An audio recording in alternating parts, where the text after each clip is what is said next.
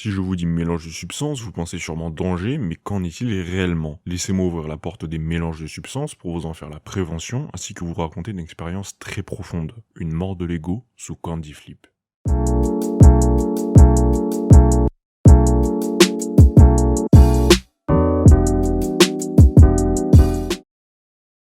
Bonjour à tous, c'est Tripstory et j'espère que vous allez bien. Avant de commencer la vidéo, je voulais vous dire que je me mets le défi d'atteindre les 1000 abonnés avant 2024, alors si vous voulez me soutenir, n'hésitez pas à vous abonner.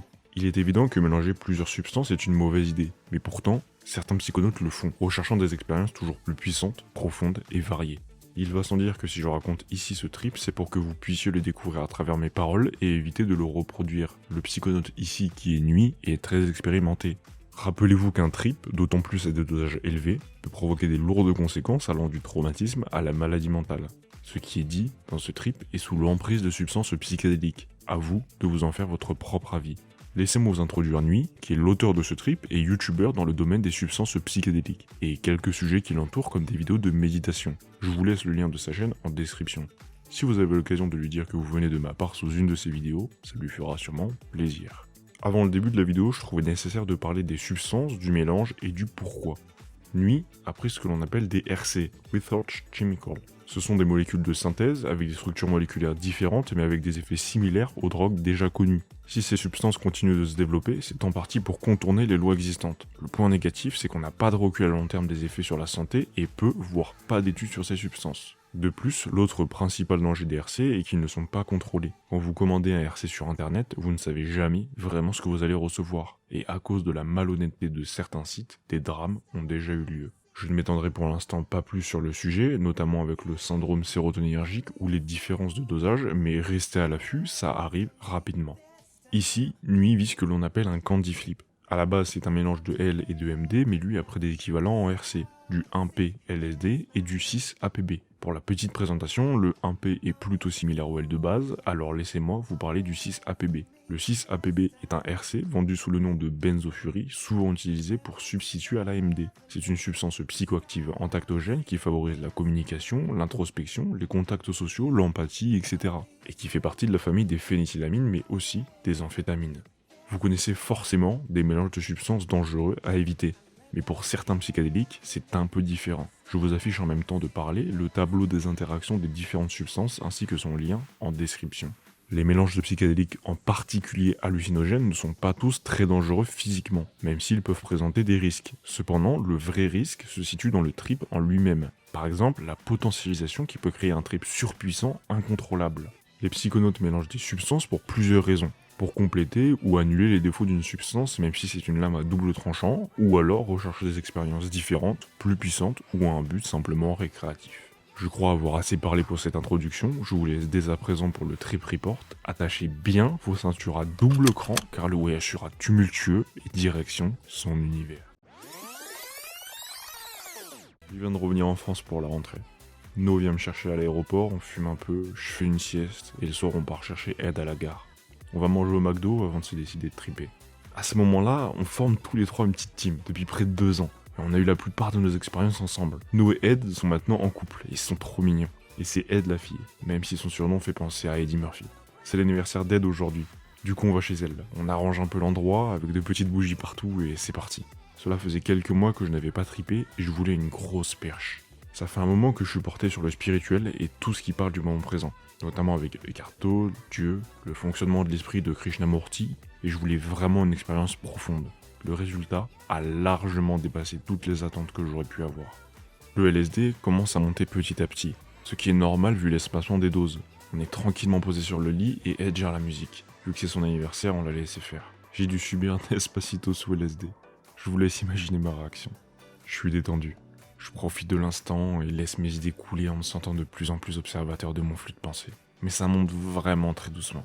Vers 2h20, on va sur le balcon fumer une clope avec nous. Et là on se dit qu'on n'est vraiment pas perché. Il me dit qu'à chaque fois on se dit ça, mais qu'au final on en a toujours pour notre argent. Je doute encore, une petite part de moi me dit « Allez, rajoute, tu la veux cette claque psychédélique. En plus en empathogène, ça va jouer comme tampon psychédélique, ça doit être ça qui baisse les effets. » Et une autre part de moi qui me dit « Ne rajoute pas. Tu as devant toi tout ce dont tu as besoin. Peu après, je sens que ça commence à monter un peu plus, mais j'en veux encore. Je rajoute un carton. Si seulement je savais ce qui m'attendait. Au bout de 20-30 minutes, ça commence déjà à monter très fort. Autant le LSD que le 6-APB avec des vagues de bien-être qui me traversent le corps. Je ressens un plaisir limite sexuel partout dans mon corps, une sorte d'orgasme doux, généralisé.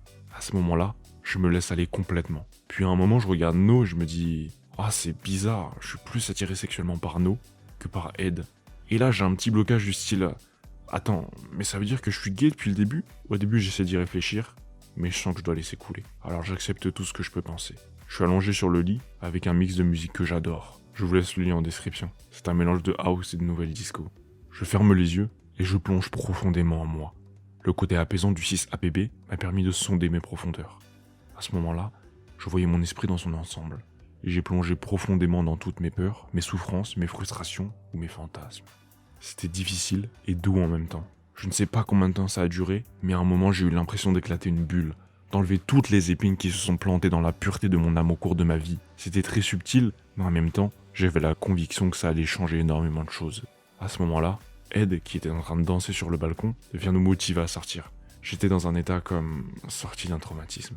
Ed nous disait des choses comme « Ma vie est magnifique, j'aime les gens et les gens m'aiment, tout est beau, tout est magnifique. » Mais pour moi, je l'interprétais comme s'il était en train de jouer, qu'elle avait besoin d'aide depuis toujours, qu'elle était limite au bord de se donner la mort. Au début, je lui disais « Accepte le trip, plonge profondément en toi. » Mais elle n'avait pas spécialement envie de triper profondément, juste de profiter et kiffer au maximum les effets pour son anniversaire. Ça m'était déjà arrivé de m'inquiéter pour elle sans raison. Et je me suis dit que si je voyais de la détresse en elle, c'est qu'il y en avait en moi. Alors j'ai lâché prise et j'ai vu à quel point elle était vraiment heureuse. Et petit à petit, j'ai laissé le courant de la vie me traverser pour me remettre de l'expérience assez difficile que je venais de vivre. On rentre et on commence à s'ambiancer avec Ed. On danse, on chante et c'est merveilleux. J'étais extrêmement spontané. Bien que je le sois en général, d'habitude j'ai toujours mon ego qui cogite sur le regard extérieur qu'on pourrait avoir sur moi. Mais là, pas du tout. Puis je regarde le miroir et là je me redécouvre comme un enfant. Je passe mon temps à faire des grimaces et j'adore ça. Puis je commence à en faire à No et à Ed. On continue à s'ambiancer et à écouter les musiques d'Ed. Au niveau des effets, de jolis visuels où tout bouge et se transforme. À un moment, j'ai même l'impression que la tête de No prend la forme des grimaces que je fais. Physiquement, je vis des putains d'orgasmes au rythme de vagues, une sensation de bien-être magique. No ne parle pas beaucoup. À ce moment-là, on roule un pet. Un quoi? Un pet? On roule un pet. On roule un quoi? Un pet? Un pet? On va le fumer sur le balcon. Les visuels commencent à être vraiment fous. On voit une tornade dehors qui a l'air moitié naturelle, moitié robotique et on a le même visuel avec nous, ce qui le fait douter de la réalité de cette tornade.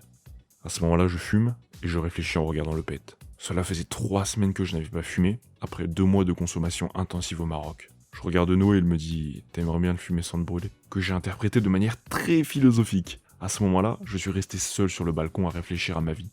Vu que j'avais brisé mes chaînes mentales précédemment, je n'avais plus de conflits dans mes pensées, tout était clair et net. Je me suis rendu compte que mon présent était magnifique, et que mon avenir aussi. Et j'ai commencé à vider mon esprit de toutes les choses négatives que je m'étais créées pour mon avenir. Que j'allais galérer avec mes papiers, la fac, les femmes et plein de choses. Et petit à petit, les choses devenaient de plus en plus belles et une sérénité commença à s'installer dans mon esprit. J'avais l'impression d'avoir accès dans le silence à la connaissance universelle. Par exemple, quand je faisais la paix avec mon petit frère dans ma tête, je voyais que cette paix se faisait simultanément de son côté, et que tout était interconnecté. À ce moment-là, je ressentais la conscience qui était derrière le filtre de mes pensées, et une phrase d'Eckhart Tolle m'est apparue. Cette conscience existerait-elle sans votre présence? Pour trouver la réponse, sondez cette conscience aux profondeurs. J'ai commencé à plonger dedans, mais de manière hésitante. Et là, j'ai eu la sensation que l'univers me motivait, en me montrant une sorte de mini-bande-annonce de ma vie future. Je ne saurais comment l'expliquer, mais c'était magique, et j'ai donc plongé dedans. À ce moment-là, profondément en moi, je regardais l'arbre devant. Au début, c'était de petits visuels. Les feuilles dansaient, mais d'un seul coup, tout a commencé à trembler et dans l'arbre, j'ai vu un chat qui me fixait droit dans les yeux. Son pelage était noir translucide avec des étoiles, comme si son pelage était l'univers même. Puis j'ai plongé complètement dans son regard, dans l'univers même. Je suis devenu pure conscience. J'étais la forme de vie unique et originelle qui était faite d'amour et de paix. Je ne sais pas combien de temps ça a duré, mais quand je suis revenu après quelques secondes ou minutes dans le monde réel, j'étais comme revenu d'un lieu magique. J'ai dit à Ed et No, mais putain c'est quoi ce truc? J'ai le choix entre redécouvrir mon esprit, voir mes pensées, ou plonger dans un lieu où c'est un putain de torrent d'orgasme universel. Ed m'a lâché à... Il y a les toilettes là-bas si tu veux te toucher. Bon, j'avoue, j'ai utilisé le torrent d'orgasme aussi. Et No m'a fait une remarque qui m'a blessé sur le moment. J'ai oublié ce qu'il a dit, mais ça ne devait pas être méchant. J'ai comme ressenti une douleur à mon gros orteil gauche. Et là, j'ai senti qu'Ed avait ressenti ma vibration. Elle m'avait senti du plus profond de mon être. Alors j'ai couru vers elle et j'ai commencé à pleurer des larmes de joie et d'amour en lui faisant un câlin pendant plusieurs minutes. Après, j'en ai aussi fait un à No. C'était fou. L'énergie d'amour que je dégageais se reflétait en eux et j'avais l'impression d'être dans un putain de cocon d'amour. Je me suis allongé et j'ai replongé dans la conscience. J'ai eu l'impression de vivre sous d'autres formes de vie. D'être un chat, un arbre, une goutte d'eau et plein d'autres vies dont je n'ai plus de souvenirs. Je me suis assis et j'ai commencé à voir mes pensées. Ça a commencé à devenir vraiment fou. Je ne me rappelle pas de tout dans l'ordre, mais plus mes pensées arrivaient à des conclusions sur la magnificence de la vie, plus l'univers était synchronisé avec moi. À un moment, la réponse à ma sortie est sortie de la bouche d'Ed, puis de la musique du PC, puis d'un son qui sortait de nulle part. Chaude sur mon lit en criant « Putain de merde, qu'est-ce qui vient de se passer ?» C'était comme si l'univers me prouvait son existence, comme si je n'avais qu'à croire en lui. D'un coup, je me suis levé et je n'avais plus le contrôle de mes pensées. C'était comme si l'univers avait pris place dans mon mental en chantant, et je me souviens d'une phrase. « Vous m'appelez beaucoup de choses, vous m'avez nié, vous m'appelez Ego, mais maintenant les choses ont changé. Je peux être Dieu et je peux être Béatitude, mais vous ne pouvez pas mettre un nom sur moi, parce que je suis tout, et tout sera beau. » Comme si j'étais passé de l'autre côté. À ce moment-là, l'univers m'a dit que de toute façon, ce lieu magique d'unité cosmique, j'y retournerai après ma mort. Et qu'actuellement, j'avais une vie magnifique à vivre où j'avais une infinité d'aventures à faire. Ce qui est étrange, c'est que tout était en anglais. Alors bien que je sois plutôt bon en anglais, ma langue principale est le français ou encore l'arabe. J'avais l'impression de vivre une expérience que d'autres aussi avaient vécue. Que c'était le moment où tu traverses l'illusion de la mort et que tu vois ce qu'il y a de l'autre côté. J'ai même eu un orgasme fulgurant dans tout mon corps, qui était comme une récompense quand on finit un niveau d'un jeu vidéo. J'avais plein de conseils en moi sur comment vivre, et mon mental qui me chantait « Nous sommes de petites choses qui peuvent faire beaucoup, mais nous n'avons pas besoin de beaucoup d'attention », qui allait super bien avec mes nouvelles pensées sur l'ego, qui pour moi doit être un outil et ne pas diriger ma vie. Je me pose sur le lit et je commence à m'adresser à l'univers. Je lui disais « Mais si depuis le début, tu n'es que paix et amour, pourquoi j'ai autant souffert dans ma vie? Pourquoi j'ai eu besoin d'affronter tout ça avant de découvrir l'amour universel ?» Et l'univers m'a répondu. J'avais les yeux fermés et j'ai reçu une sorte de câlin géant de tout l'univers, avec une musique derrière. For all the lost childs. Comme si j'avais enfin rejoint l'amour universel et que j'étais le bienvenu maintenant. Après j'ai encore douté. Est-ce que j'allais perdre cet amour universel? C'est comme si l'univers partait le temps que j'assimile ce que je venais de vivre et revenait après, chaque fois avec une musique différente et un geste d'amour différent jusqu'à ce que je sois convaincu de sa présence. C'est comme s'il m'avait dit maintenant tu as reçu le message, vis ta vie à fond et aie confiance en ta bonne étoile. Laisse-moi guider tes pas. » J'étais avec No et Ed, et je voyais les choses avec le recul de me dire que j'aurais pu être présent dans une autre partie de la galaxie, à une autre période temporelle, et je voyais tout avec des yeux d'enfant. Tout était magnifique. Pour expliquer la suite de l'histoire, à ce moment-là, No ne parlait plus du tout. Il a eu du mal avec ce trip-là. Ed s'amusait en faisant un peu tout et n'importe quoi. Quand je dialoguais avec No, je lui posais des questions sur l'univers, et il me répondait comme s'il se foutait de moi. Enfin, comme s'il s'amusait à me faire douter de l'existence de ce que j'avais vécu. Puis je le voyais se retenir de rire, comme s'il savait que je savais au fond de moi la réponse. Évidemment, tout cela se passait dans ma tête, vu qu'en vrai, il ne parlait plus. Du coup, j'avais l'impression que No était mon esprit qui me répondait, et j'ai commencé à me demander si j'allais rester bloqué à jamais avec No et Ed, qui n'étaient que des fabrications de mon esprit. Je voyais la chose comme si j'étais depuis toujours l'univers unifié, et que pour passer le temps, j'incarnais une vie d'humain. Mais depuis le début, tous les gens que j'ai croisés dans ma vie, c'était moi qui les incarnais et qui les faisais parler. Comme dans un rêve finalement. C'est toi qui fais parler les personnages qui y sont présents. À ce moment-là, j'avais l'impression que j'étais devant le niveau final de ma vie. Que j'allais rejoindre l'unité cosmique et que l'on était devant les portes du paradis où on m'expliquait tout ce qui s'était passé dans ma vie. J'ai dû accepter petit à petit de perdre toutes les choses auxquelles j'étais attaché dans ma vie. Mon frère, mes parents, mes amis, ma famille. J'ai demandé à Ed, mais maintenant c'est quoi la suite? Vais-je retourner dans l'unité cosmique où je vais vivre cette vie pleine d'aventures composée d'une myriade infinie de formes de vie? Et à ce moment-là, j'ai eu le choix de rester ou de partir. J'ai choisi de rester sous les conseils que j'avais eus précédemment de l'univers. Après ce choix, Ed m'a dit « Eh bien, tu verras bien de tes propres yeux ?» Puis No et Ed n'étaient plus eux-mêmes. C'étaient devenus deux entités distinctes. No était la représentation de mon esprit qui savait que je pouvais à tout moment repartir dans l'unité cosmique. Et Ed, la sagesse cosmique. Pour moi, Ed commençait à me donner des épreuves simples sur le plan matériel, comme rouler un pet ou trouver le briquet, mais complexes sur le plan mental. Parce qu'à chaque moment où je pensais de manière égoïste, j'étais immédiatement sanctionné par une baisse de mon état général interne et externe. Ça correspondait à peu près avec la descente du 6 à bébé, je pense. Même si à ce moment-là, je n'avais plus du tout conscience que j'avais pris de la drogue. Dès que je regardais No quand je doutais, il me faisait une grimace du style « Mais non, tu vas quand même pas te douter du fait que tu peux partir à tout moment dans l'unité cosmique où c'est un plaisir immense d'être ?» Et dès que je commençais à avoir peur ou à être perdu, Ed me donnait une solution ou me donnait la foi. J'ai donc eu plein de petites épreuves, dont une où j'ai dû me mettre tout nu. Ils n'ont eu aucune réaction comme ils étaient aussi perchés que moi. Ce qui me confortait dans l'idée que ce n'était plus Ed et No, mais bien deux entités imaginaires ou cosmiques. Ensuite, j'ai dû chercher nu le briquet qui était sur le balcon. Le balcon étant au rez-de-chaussée, à 9h du matin, j'imagine pas tous les gens qui ont vu un mec à poil sans comprendre. Mais pour moi, c'était l'épreuve où je devais dépasser ma honte. Car ce n'est qu'une question d'ego, et qu'au fond, dans le regard de l'autre, il y a la même conscience universelle derrière chaque mental. Ça a duré vraiment longtemps et c'était difficile, mais je sentais que cette épreuve m'apportait beaucoup. Et ce qui était fou, c'est qu'à chaque fois que je commençais à penser beaucoup, j'entendais No qui parlait de plus en plus fort et me dérangeait. Il prenait même possession d'Ed pour me déranger à travers elle quand je pensais beaucoup. À un moment, je lui ai même mis une claque en criant « Je te déteste !» Quand j'y repense, le pauvre. Lui qui avait déjà un trip où il battait pas mal, ça a pas dû l'aider. Je sentais que plus j'acceptais de continuer les épreuves, plus le choix de repartir me fondre dans l'univers s'enfuyait. À un moment, j'avais même l'impression que No se moquait du moi du style « Ah, il est vraiment con. Cette chance ne s'offre qu'une fois dans sa vie, et maintenant, il est condamné à souffrir à jamais. » Puis au fur et à mesure de l'épreuve, Ed redevenait Ed, mais elle avait l'air d'une petite fille perdue. J'avais l'impression que la réalité revenait, et qu'elle était très sombre. Qu'on était de sales drogués qui en avaient trop pris et qui allaient continuer de souffrir dans cette vie où l'on ne faisait que se droguer et enchaîner les descentes de plus en plus dures. J'ai eu envie de fuir sur le moment, et partir dans l'unité cosmique en acceptant l'offre de No.